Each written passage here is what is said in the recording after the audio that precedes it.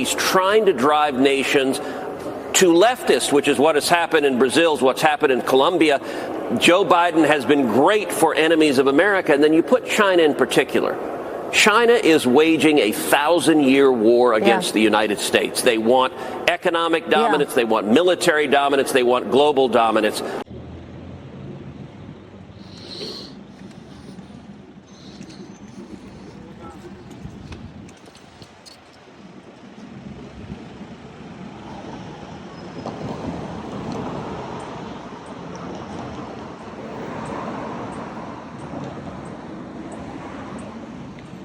Good morning. This is my first video update from Belgrade, Serbia on this Sunday morning. Let's talk about some news. Very good. So the big news story for today is we have a new chair for the UN Security Council. Actually, the chair started yesterday on April 1st, but we have a new chair at the UNSC, and it is causing quite a lot of anger and panic. A lot of people are upset with the new chair of the UN Security Council, and no one is more upset than Jungle Joseph Borrell.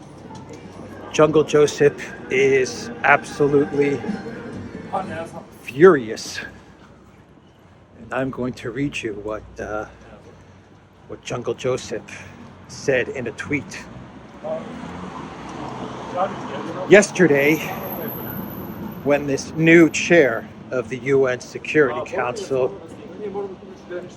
took over, Jungle Joseph, very, very mad.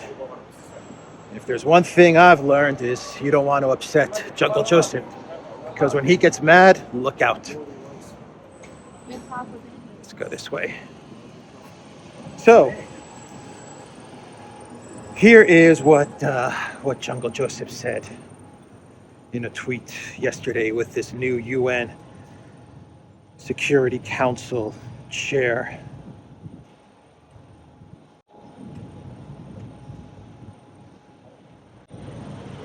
Here we go. The United States taking over today at the UN Security Council presidency is fitting for April Fool's Day. Despite being a permanent member of the Security Council, the United States of America continuously violates the very essence of the UN legal framework. The EU will stand against any abuse by the US presidency.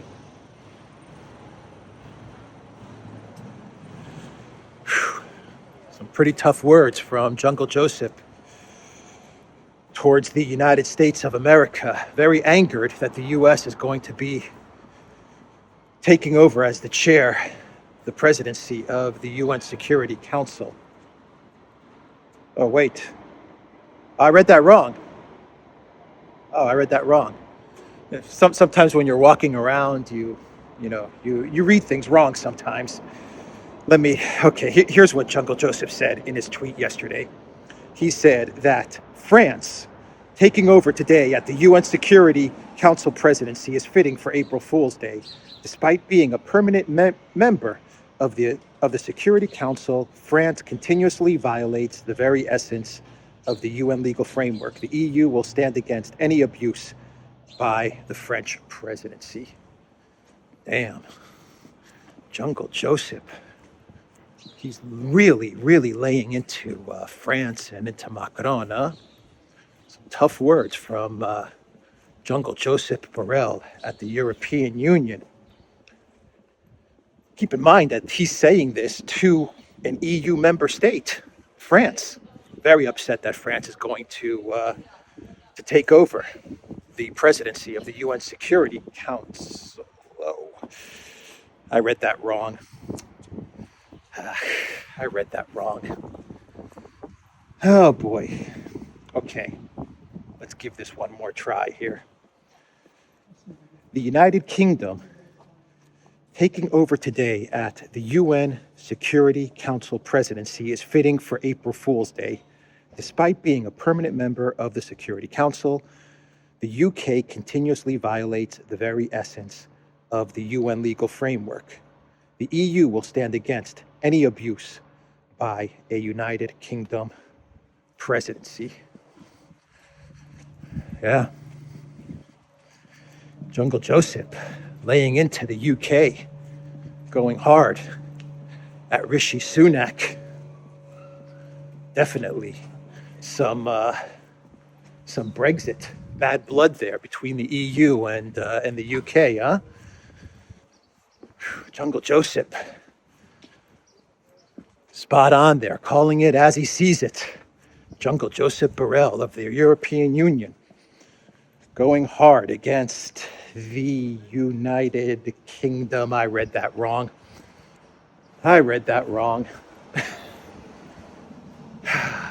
Alex, what's wrong with you this morning? What is wrong with you this morning?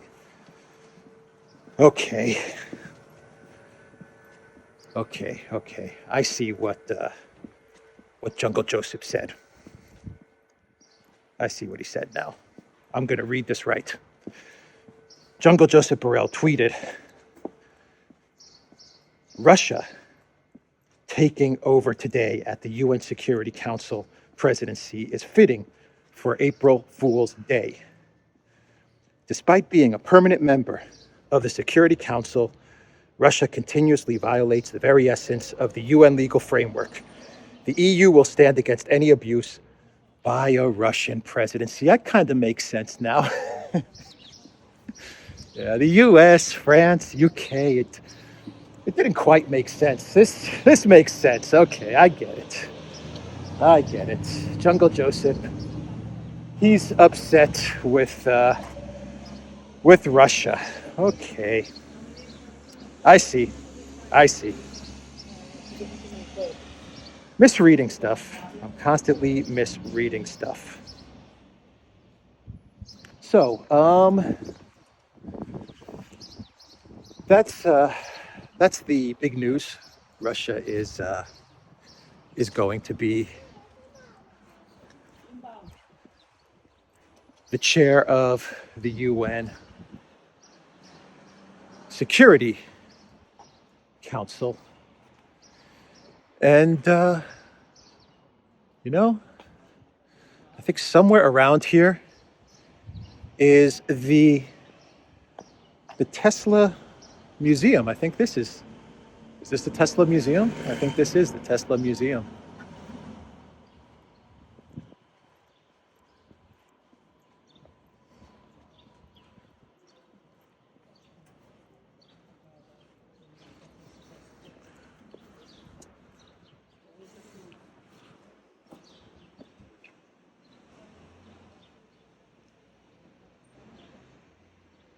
Or maybe not.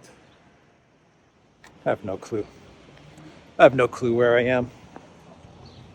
Someone in Belgrade help me out. Someone in Belgrade help me out. Anyway, wandering around Belgrade. I know that the Tesla Museum is somewhere here. It's somewhere here. I just can't seem to find it. So let's see here. Yeah, they're upset with Russia because it's going to be the chair of the UN Security Council, and they're screaming human rights and international. There we go.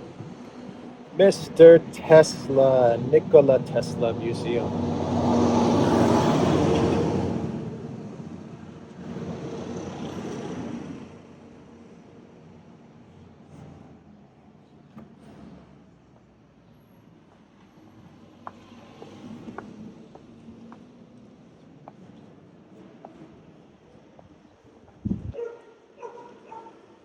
Beautiful architecture. Huh? Okay. So, that was great. We found the Tesla Museum. I'm going to definitely come back here and go inside. Beautiful building. So, what was I saying? Yeah, everyone's upset. Everyone is upset. Russia, in the collective West, that is. Everyone outside of the collective West is just going about their business. They're just like, all right, this is great. Russia's going to be chairing the UN Security Council. All good. Speaking about human rights, we have the arrest, the detainment of one of the monks at the monasteries, the Kiev Lavra monastery. The Zelensky regime has put this monk, Pavel, I believe is his name. They have put him under a type of house arrest, and they put an ankle bracelet on him, and he's been ordered to stay away from the monastery as the Zelensky regime goes into the monastery and begins to steal and pillage all of the belongings of the real Orthodox Church, the Ukraine Orthodox Church. And they begin to hand over the property of the real Orthodox Church to the heretical church that Mike Pompeo, the CIA, created a couple of years ago, which is the Orthodox Church of Ukraine. That is the deep state CIA church that will now, I imagine, get all of the belongings and the property of the Lavra and the Ukraine Orthodox Church. So they're screaming about Russia chairing the UNSC while they persecute, arrest, evict the Orthodox monks from the Lavra in Ukraine. A senior cleric in Ukraine's most prominent Orthodox monastery, Metropolitan Pavel, has been placed under house arrest and barred from attending service of worship for 2 months amid an ongoing religious crackdown and attempts to evict hundreds of monks from the Kiev Lavra. I actually saw some video of the Zelensky goons trying to enter the monastery, and they wanted to kind of take an audit of all of the items in the monastery, I imagine, so they can see what they can steal and pillage and plunder, and what they can divvy up.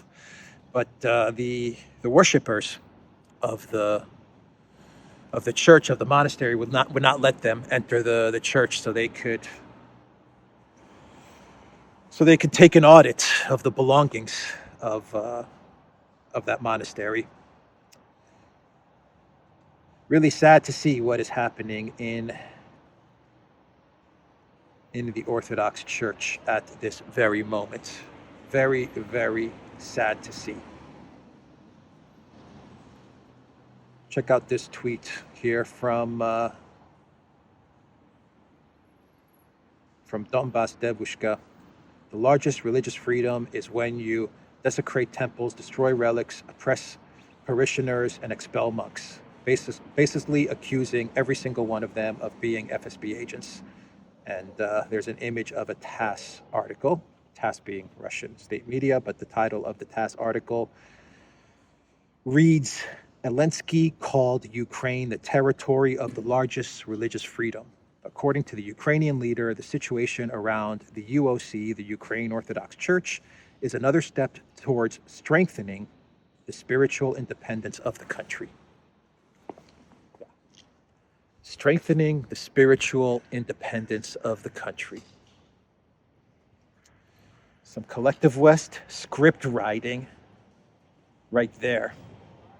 Arresting monks, arresting priests, placing them under house arrest, stealing the possessions of the church. That is strengthening religious freedom. That's how the collective West strengthens religious freedom. The more the collective West, the more this goes on, the collective West becomes Ukraine, and Ukraine becomes the collective West. The more this conflict drags on. So let's now turn our attention to Sergei Shoigu and the Russian defense minister. He paid a visit to various Russian defense production facilities in the Urals area of Russia. And he said this about the weapons manufacturing in Russia at these facilities. Russia has significantly boosted production of ammunition to support its troops in the Ukraine conflict, according to Defense Minister Sergei Shoigu. Shoigu delivered his remarks as he met with top military officials at the headquarters of the Joint Staff of the Russian Armed Forces, according to the ministry's statement. There, he was briefed on the current battlefield situation while also raising the issue of supplying the army with munitions. During the gathering, the minister assured those assembled that, and I quote, "the provision of troops, of weapons, of destruction is currently under constant control of the government and the defense ministry, with Russian authorities taking the required measures to boost production of ammunition." Shoigu went on to say that due to the expansion of production capabilities and the increase in labor productivity, the defense industrial complex had increased many-fold the amount of munitions produced. We are talking about both conventional and high-precision types of weapons. All this allows us to fulfill the tasks set by the Supreme Commander-in-Chief in accordance with the plan for conducting a special military operation, the minister added, referring to the rank held by Russian President Vladimir Putin. In its statement, the ministry also noted that apart from ramping up ammo production, the meeting was focused on logistics issues. So ammunition, that is the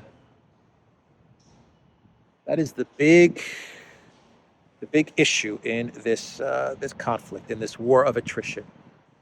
Which side is going to be able to produce and provide the most ammo? And going off of this statement from Sergei Shoigu, it looks like Russia has got this ammunition production under control and will be able to fulfill the goals and the tasks of the special military operation as outlined by Russian President Vladimir Putin. So will this statement from Sergei Shoigu put the whole Russia is running out of ammo narrative to rest? Nope, I doubt it. I actually believe that the collective West media is going to look at this statement from Shoigu and interpret it as some sort of way of the defense ministry panicking over their ammunition production. That's how they're going to twist this statement from Shoigu, even though Shoigu says that they have ramped up production in ammunition, they continue to ramp up production in ammo, and all tasks of the special military operation will be fulfilled. That is what he said. Both conventional and high precision types of weapons are being produced, are being ramped up to fulfill the tasks of the SMO. Shoigu's words, Shoigu's quotes, but it's going to be twisted and turned around by the collective West to signal some sort of shortfall in Russian ammunition, and Russia is running out of weapons any day now because Shoigu went to visit the production facilities, and this is a signal that Russia is running low on ammo. That is how they are going to spin this. Anyway, it was an interesting statement from Shoigu, and he was in the area, the general area where the Wall Street Journal reporter was arrested. He was in that area, Yekaterinburg, and in that area, according to the Russians, he was poking around to find information on the ammunition production. According to the Wall Street Journal, he was a journalist doing his job. I think Alexander, in a video that we did for the Duran, I think he nailed this story as to what really happened. And Alexander said that most likely this journalist was in this area where these military production facilities are located, and he was trying to figure out the ammunition and weapons tank situation of the Russian military. And he was asking too many questions at a time when you're not allowed to ask these questions, and you can be arrested and deported for asking these questions, and that's what happened. The obsession by the collective West to try and figure out what Russia's ammunition situation is has most likely led to this journalist being arrested, because he was trying to get answers to that weapons and ammunition question mark that the collective West has. And Russia, they arrested him, which is, from what I understand, par for the course. That's what they do at this moment during this conflict. If you go around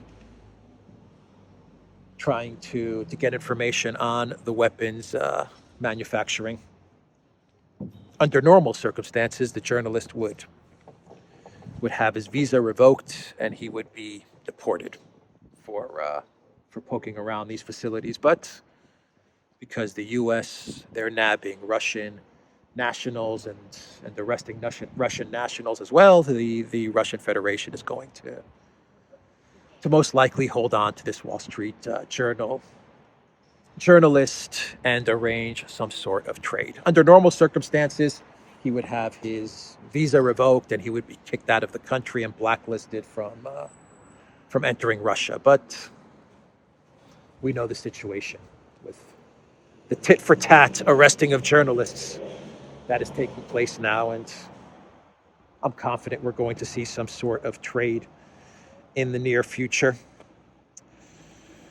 Erdogan, he rubber-stamped Finland's NATO membership, and the government in Finland, they're going to have elections today, but the government in Finland is saying that they will be in NATO within a matter of weeks. So that is done. Sweden remains, and it looks like Sweden is going to be a tougher country for NATO to swallow up. We'll see what happens with Sweden, but Finland is a done deal. They are in NATO. And let's do a final story. How about the spring offensive? I haven't done a story on the spring offensive in a while, but we have news coming from the Ukraine Interior Minister, Igor Klimenko, who has said that Kiev has completed the recruitment of its so-called attack guard, which has been assembled with the aim of retaking territories lost to Russia during the ongoing conflict. As of today, 8 new brigades have been put together, and we're ready for active offensive measures, he claimed during a TV appearance on Friday. Klimenko didn't reveal the exact number of personnel in the new force, but a brigade usually consists of between 3,000 to 5,000 troops. Thousands of men have volunteered to join the attack guard since the recruitment drive began in early February, the minister said. Yeah, I've seen videos of what they classify as a volunteer in Ukraine. I think we've all seen those videos of what a volunteer is when you're talking about the Ukraine military. So yeah, He calls them volunteers. I call it running around the streets and throwing people into police vans. 3,000 to 5,000. That's what constitutes a brigade. And he said that they have 8 new brigades ready to go. So let's use the high number and say 5,000. And let's give him the benefit of the doubt and not say 8, but say 10. 50,000. And I'm being very, very generous here. He said 8. I'm saying 10 at 5,000. A brigade, 50,000 to launch the spring offensive. The weather right now is awful, from what I understand, in Donbass, and it's delaying any type of spring offensive. A lot of snow, but there is fighting in Bakhmut. The big fighting that is taking place is in an area, a village known as Ivanovsky, and from what I understand, if the Russians take this village, well, they would have completely sealed up the cauldron. Like sealed it up, instead of having this one road where it's open for Ukraine to kind of get in and out. If this village, this town falls, then I believe it's going to be a sealed up cauldron. But we'll see. We'll see what happened.